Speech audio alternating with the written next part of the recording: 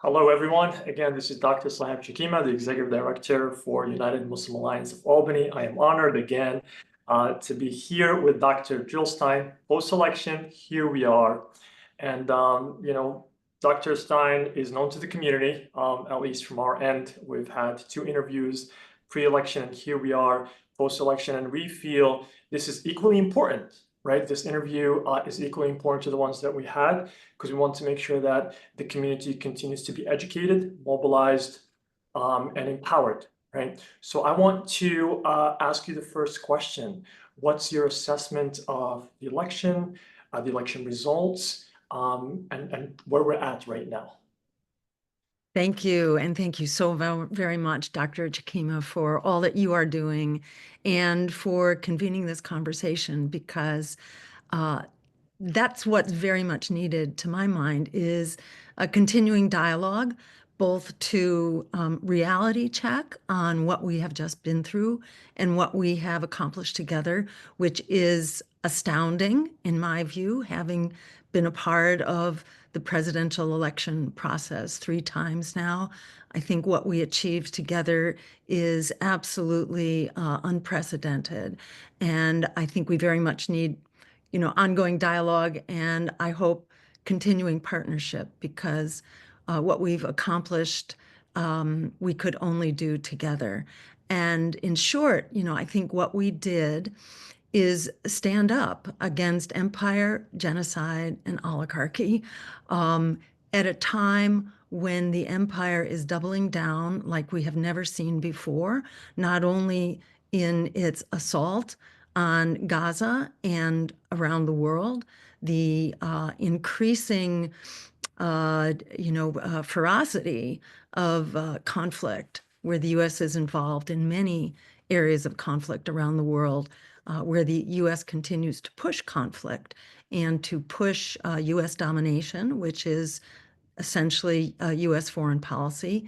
It's a foreign policy of economic and military domination, which is disastrous, especially in this era of rising power in the global South, where we see, for example, the BRICS alliance commanding more economic power and, in fact, at this point, equal and perhaps even more military power. So we need to move from an era of domination to an era of a collaborative era based on international law, human rights, and diplomacy rather than raw military might.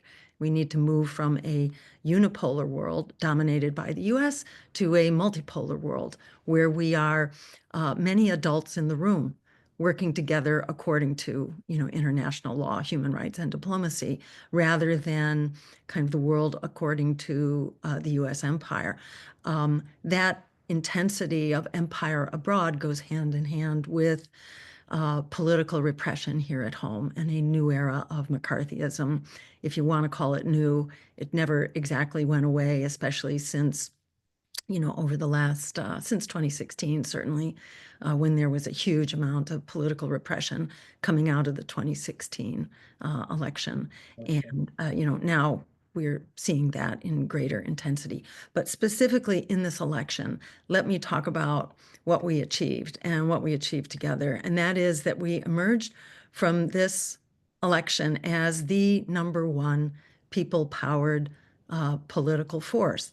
That is a political force to stand up to empire, oligarchy, genocide, endless war, and all of that, and economic domination of ordinary working people and the struggle of Americans to survive here at home.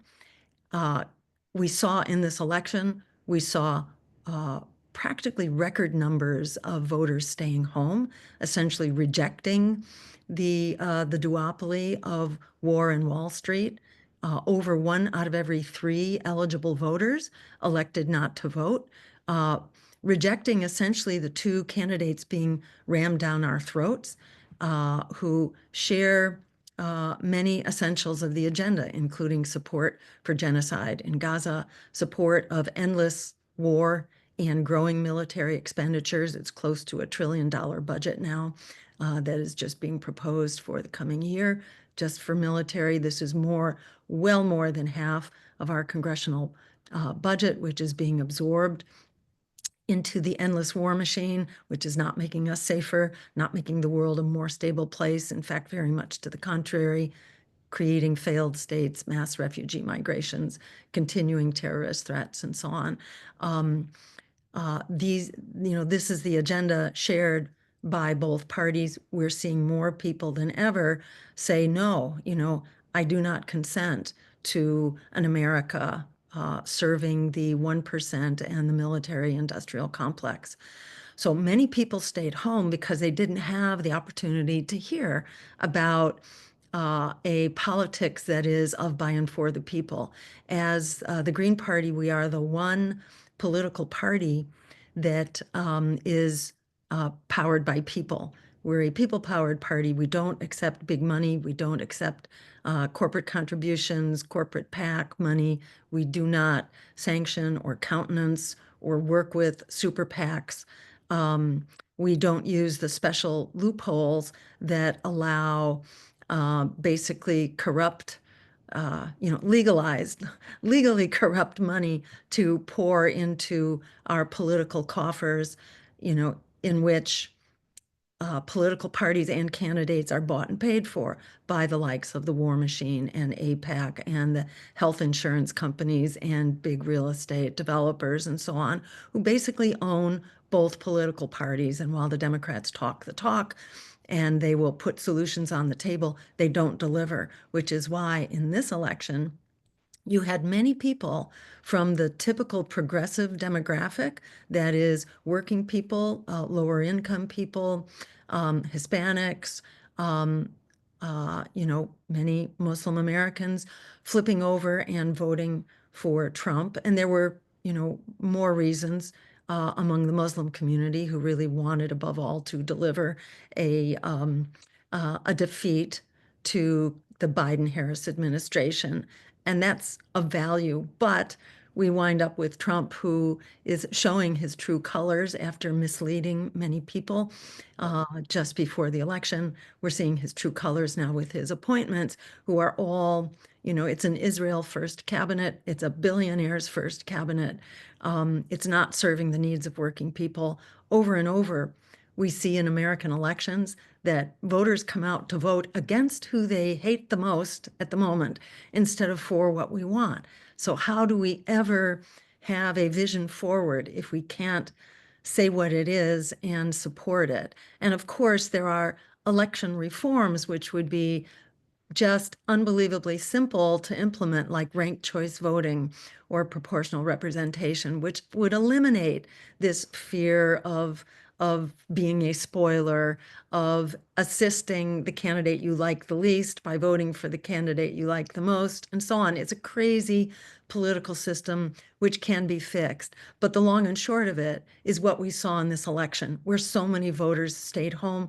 They never even had the opportunity to hear that there was, and there still is, an anti-genocide campaign and party, an anti-war party, a pro-worker party, a climate emergency party, a healthcare for all party, a party to end student debt, make public higher education free, to make rent affordable, and provide housing as a human right for everyone. These are the things that we can do.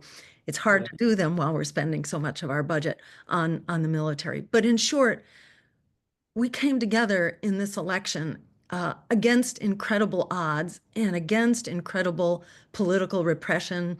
The Democrats were spending the equivalent of our entire campaign expenditures. They had staff equal to greater than the number of staffers that we had, simply for the purpose of smearing us, for trying to politically, criminalize us, and also to just suppress us and keep us out of the news.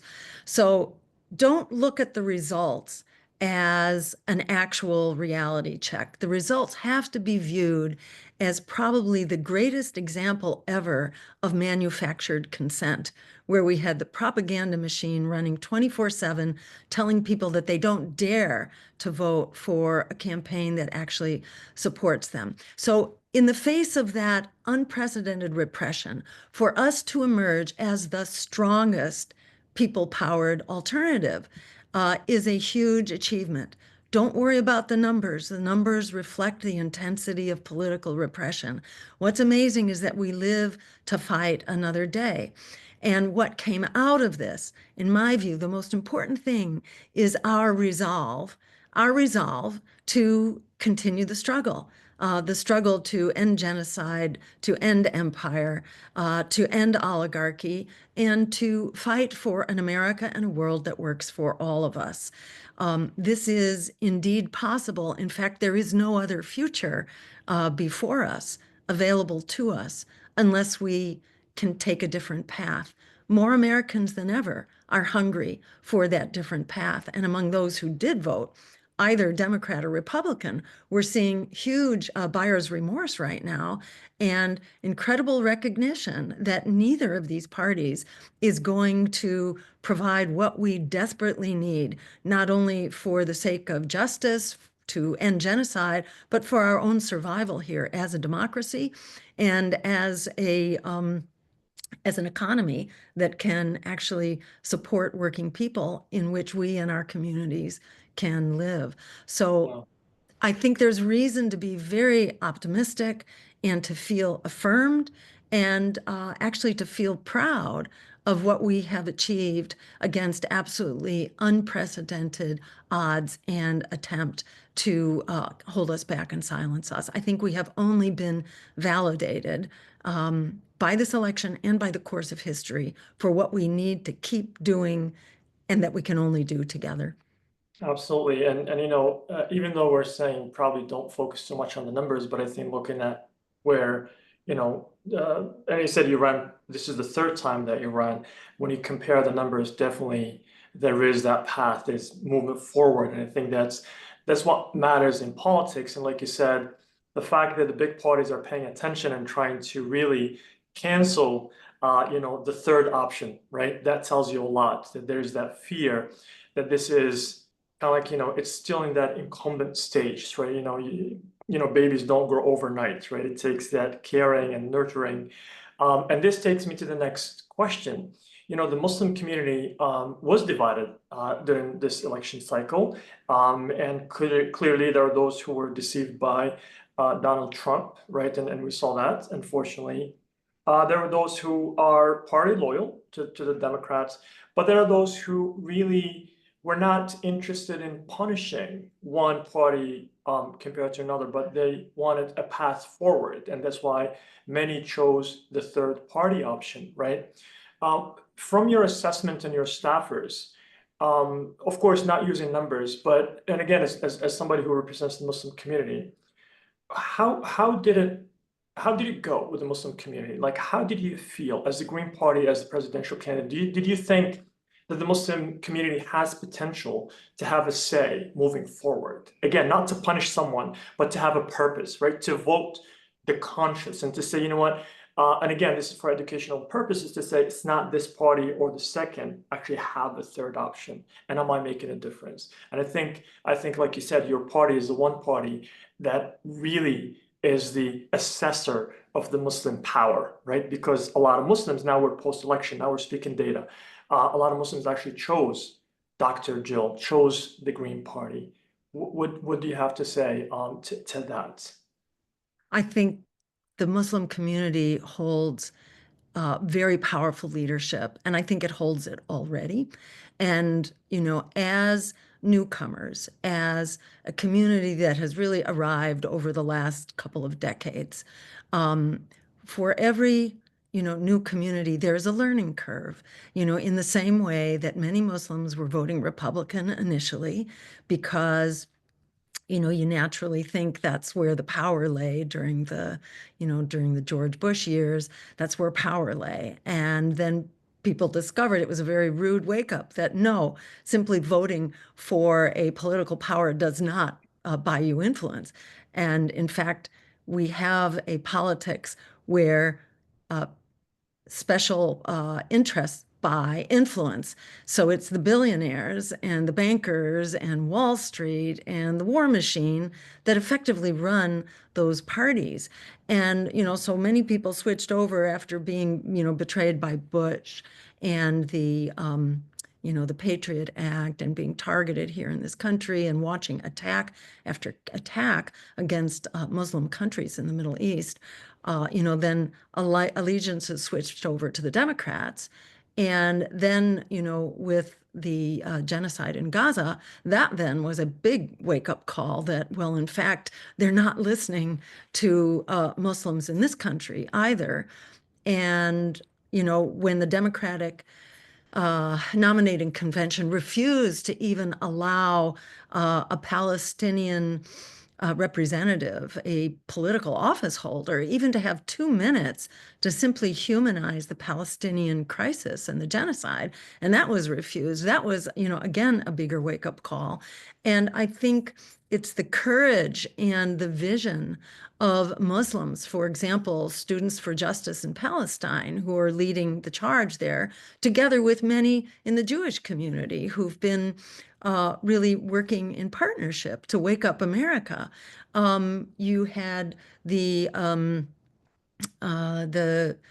what was it called? The Abandon Biden, then Abandon Harris. That movement standing up and really leading the charge and saying, no, we can't just keep giving our votes to those who are committing genocide against our people. So I think the Muslim community has demonstrated incredible vision, clarity, integrity, and courage. And this, I think, was very much a spark, certainly in the younger generation, for the protests that are still taking place, especially on campus, against much resistance. And those protests are having to change forms to deal with the horrific repression taking place, the suppression of our freedom of speech and our right to protest and freedom of the press. This is kind of the era that we're in right now, being led by Democrats as well as Republicans. But it's Muslims who are standing up now on our campuses, inspiring an entire generation to stand up and fight for what we all deserve. And this is happening, I think, society-wide, to where now a majority of Americans, 68%, according to a Reuters poll done about a year ago, very early on, people mobilized and came to understand that this genocide is taking place with our dollars, with our weapons, and in our name. This is blood on all of our hands, and Americans have mobilized against it. 68% oppose it. Well over 60% want an immediate weapons embargo. Now that we're watching Israel's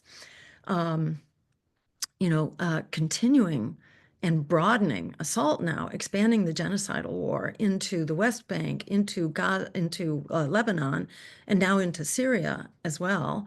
It's absolutely horrifying. In fact, I just heard today that the UN is calling now, at least one human rights body within the UN is now calling for reconsidering Israeli membership in the UN, even, as well as a weapons embargo, because Israel is so completely off the charts right now in its genocidal brutality that knows no bounds. And both political parties, they compete in pledging allegiance to Israel. We have an Israel First Congress. The incoming administration is going to be an Israel First administration. So we need to stand up, and we need to stand up to continue standing up and building together. And to my mind, this is sort of the saving grace coming out of this disaster of an election, which is a reflection of the disaster of the American political system, which is only continuing to make the crisis for American people, as well as people around the world. But it's the Americans who are voting, and enabling this monster to continue. And I mean the monster of US politics, as well as the monster of the genocidal government in Israel. So we need a united front here. And it's a Muslim, it's Jewish, it's Christian, it's youth, it is all marginalized communities, it is the African American community, it is many in the Hispanic community, it's all of those who continue to see the world as it is, not with these blinders of our political system. We have the numbers and we have the value. That is the values of the American people, which are fundamentally human values. They are fundamentally pro-freedom and democracy values that can get beyond the propaganda that is being inflicted on us. So many of us come out of this election more determined than ever. It's like this election has been a test run. It's been a test run of what we might be able to do together. And in my view, we moved at lightning speed. And yes, not all Muslims stood up to vote against genocide and for peace and justice here in this country. Not all, but amazing numbers did. And, to look at Dearborn, Michigan, for example, it was something like, we got, I think, 22% of the vote in Dearborn, which is huge considering the wider context.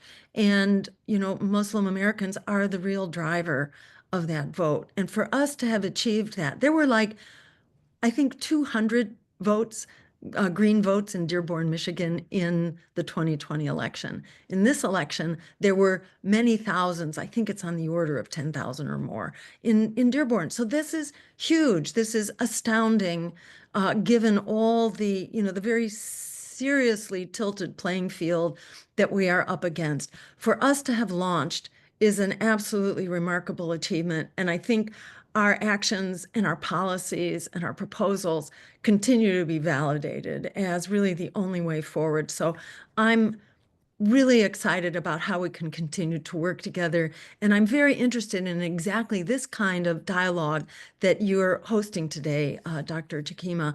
And I would love for us to continue this dialogue and to find more ways to keep working together. And let me add that many Muslim activists now have become the leadership of their Green parties. We're seeing this in state parties all around the country.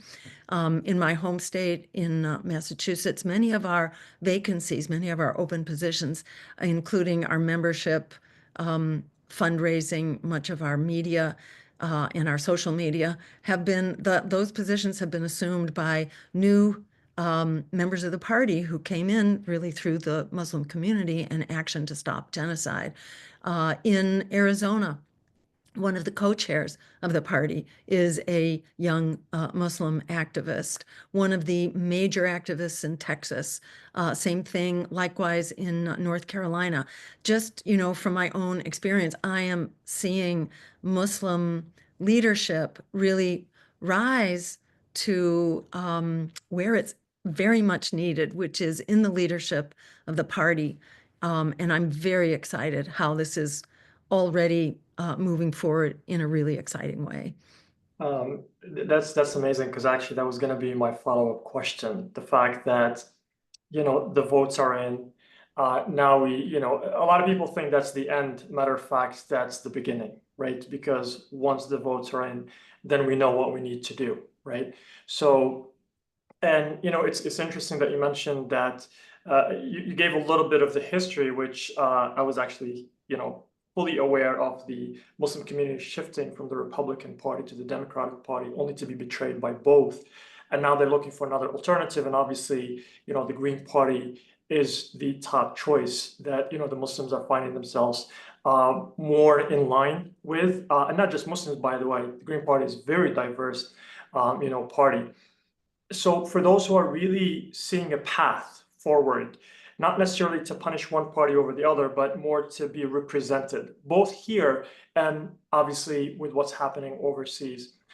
If you could just give me maybe a few points of like what Dr. Jill Stein is going to be doing for the next, let's say, 4 years leading to the next election cycle. And maybe within that, the Green Party as well, so people can have a better understanding of, okay, I voted, but I know that I can do more. I know you mentioned joining the party, right? Obviously, that's the obvious choice, right? Stay engaged, learn more, and see where you fit within the party. It doesn't always have to be within the leadership. but whatever rank that is there. But what is the one thing that for our community here, whether it's here in Albany, New York, or in Arizona, as you mentioned, where there's definitely that young leadership and something interesting, our community, the youngers are actually getting more engaged in politics. And that's the beauty of it, because this is a long-term haul, right? This is not something that tomorrow you want the results. This is a commitment. So what maybe, again, maybe a couple pointers for people to say, I'm joining. And of course, obviously, they have more to learn, by reaching out to the Green Party chapters within their counties or even within the state. But what are the things that you could maybe tease us with, maybe get us encouraged to say, Dr. Stein has this as part of her agenda and the Green Party as well? Yeah, absolutely. So the battles that we were fighting in our election are not over, and leading on those priorities is stopping the genocide in Gaza. Because the election is over doesn't mean the genocide is over, as we are seeing to our daily shock and horror. The genocide in many ways just continues to intensify and to expand. And we are, arguably, we could have the power to create a weapons embargo to Israel now. That very much needs to happen.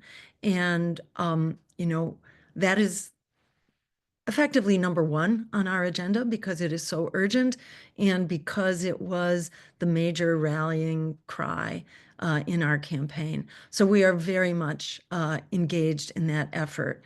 And, immediately after the election, we have been sort of taking stock of where we are and how do we move forward. And I will be very involved in helping candidates stand up and run for local elections because you really have to build from the grassroots up. Doesn't mean you are silenced and that you withdraw at the national level when there's such a huge vacancy to be filled, a vacuum in, integrity, in resistance to genocide and to empire. Who else is going to do that? We are the one people-powered party that has a national scope and access to the ballot. So we have a responsibility to fight the empire at the national level, but we also have a responsibility to grow power and experience and leadership from the bottom up. So we will be helping people run for office, whether it's for school committee or for city council. There's a lot that you can do at all of those levels. And there are, support systems within the Green Party that we need to improve so that we can help people run for office who haven't run before, to help provide, for example, training for candidates, training for staff, sample platforms, best scenario practices, examples of best practices to share with people, sample, platforms, sample campaign literature, things like that, so that people don't have to all invent the wheel themselves. They can take essentially what were our national policies. We can help boil them down at the local level and the state level, and then provide templates to people, for people to work with. So we want to assist people in running for office, and we want to assist local chapters and state parties.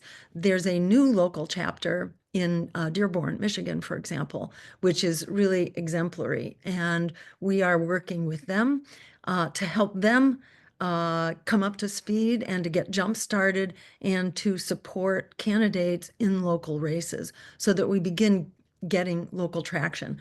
Your city council, for example, can pass a resolution not only for a ceasefire in Gaza, and that's powerful. Those local resolutions add up and they have traction, but also to pass at the local level a divestment resolution, which have been passed in several cities, not many, but some.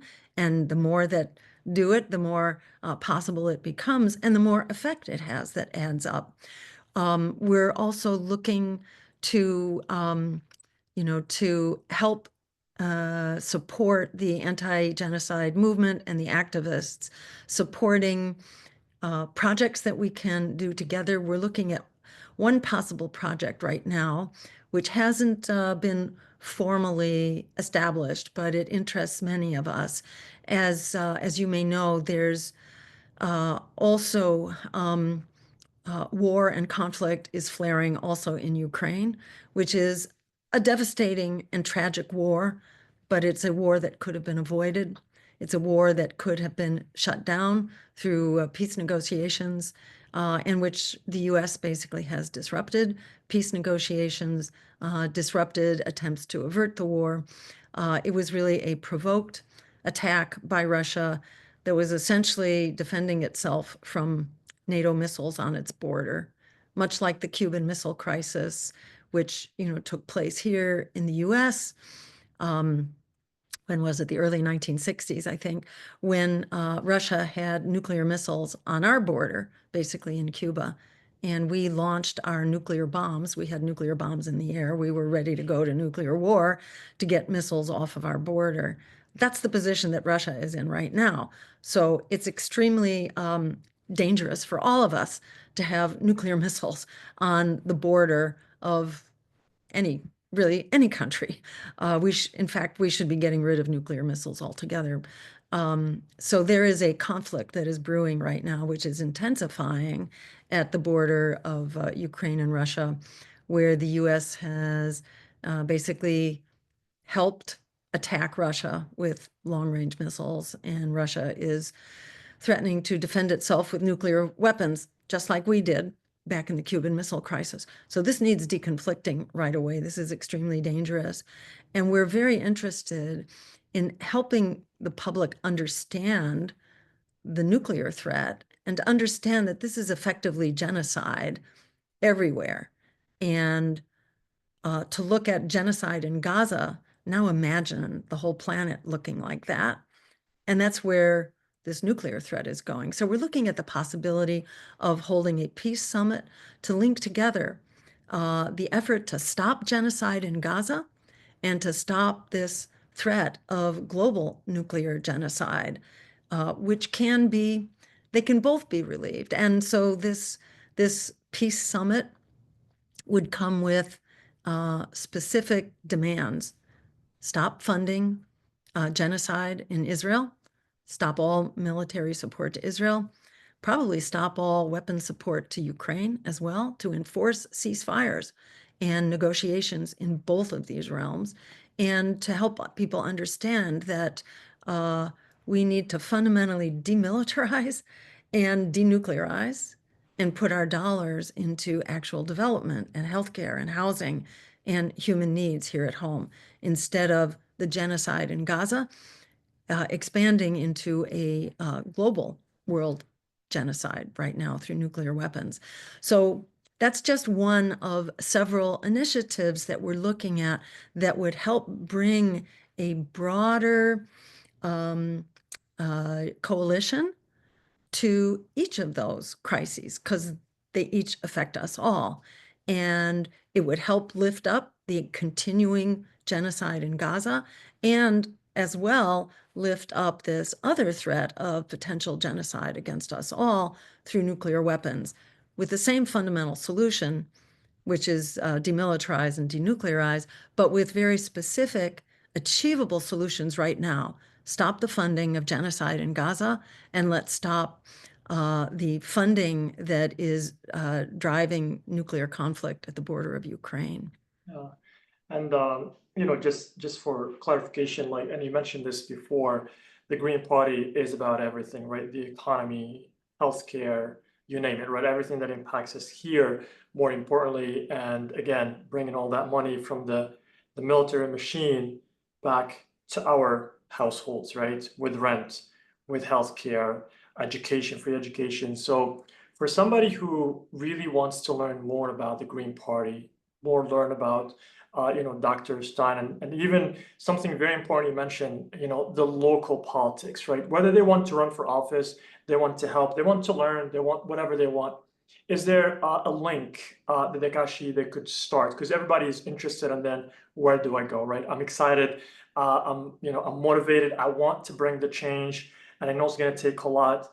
Where do I go? for a start? Is there a link? Yeah, there are a couple. So going to just gp.org, the Green Party National website, you can find out more there on the platform. You can also go from there to your state Green Party. Most states have Green Parties, but not all do. And if there is not a Green Party in your state, you can also be active through the national party. So we have committees, for example. We have very active working committees. There, for example, is the Green Party Peace Action Committee, so-called GPACs. And we are doing a lot of anti-war work related to the genocide in Gaza, the ongoing war and its dangers in Ukraine, and so on, the military budget. It's really a terrific committee. We are very interested in bringing some younger blood into that committee because right now it does more studies and more webinars. It does more education than it does action. And we're very interested in helping to support, rallies and action. So through the gp.org website, you can also contact GPACs, the Green Party Peace Action Committee. We're in the process right now of creating a Muslim caucus. So we have identity caucuses as well. We have an existing Black caucus, which takes on all the issues related to, Black liberation, basically. We have a Hispanic caucus. We very much need a Muslim caucus, and there are efforts underway right now to create that caucus. And if you're interested, we can certainly plug you into that. And anyone can simply join the any of the identity caucuses. Those are open. You can join that. To join the working committees, you usually get appointed. There are pretty open appointments from the state parties, so you can get appointed by your state. If you don't have a state party, let us know, and you can let us know through the website because we can then bypass that requirement, and there are other ways to get on that committee. So we have a variety of working committees. We're also in the process right now of founding a labor support committee as well. So you can become involved at the national level and then also at the state level. Many of the state parties also have working committees where you can focus on a particular issue that you would like to work on. So gp.org is the one important link. I'd also encourage you to go to our Twitter account, which is still up and running from our campaign, and it will continue. And that is Dr. Jill Stein. That's Dr. no period, Jill Stein. And you can follow there what we're involved in coming out of this campaign. And then again, your state party, which you can reach. You can either Google your state party or you can find it through the Green Party website. Yes, amazing. Thank you. Thank you so much. It's always a pleasure talking to you, Dr. Stein. Look forward for more of these educational, interviews. Definitely the community needs that. We need that. We Americans need this, right? Even if just for the sake of educating, right? So thank you so much for your time. Really appreciate the work that you're doing. Appreciate the work that the Green Party is doing. We wish you best of luck. Thank you so much. Thank you so much. And I'd love to come back and have another conversation once we have finalized what the projects are that will be emerging. In general, we're directing people into the Green Party to help grow it to be the structure and the support that we very much need to keep fighting on all of these battlefronts. But we'll also have some specific projects coming out of the campaign. So I look forward to coming back and discussing them with you. I look forward to that. Thank you so much, Dr. Stein. Thank you so much, Dr. Chikima. Thank you.